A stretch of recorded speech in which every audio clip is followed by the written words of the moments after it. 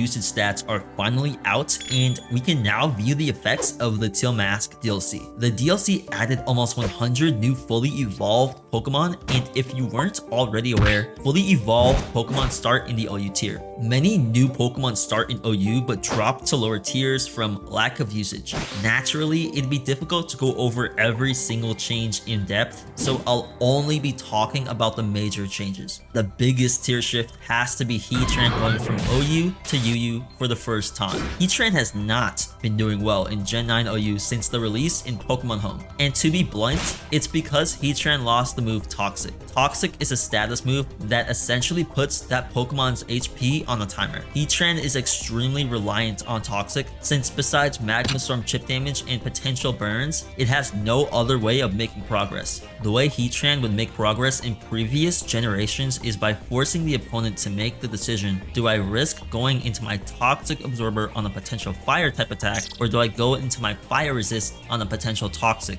Of course, Heatran still has Taunt so it can trap and kill some defensive Pokemon, but Toxic in a lot of situations was better than Taunt because Heatran can't always guarantee a trap kill with raw damage. And while Heatran has a great special attack stat, it's held back drastically by its limited move pool and low base power Steel Stab and Flash Cannon. Of course, Heatran at the end of the day is a defensive utility Pokemon, but the selling point was always around the added chip damage. Nowadays, Heatran is just another defensive Steel type with Stealth Rock and Burns, but Burn as a status fell off ever since Generation 7, and the competition for a defensive Steel type in OU is just too high. That's enough about Heatran. Let's talk about the bulky ground type drama in OU. Right now, there are 4 viable bulky ground types: Gliscor, Great Tusk, Ting-Lu, and Landorus-therian. There is simply way too much overlap in each of these Pokemon's roles, and because of this, there's lots of competition between these 4 Pokemon,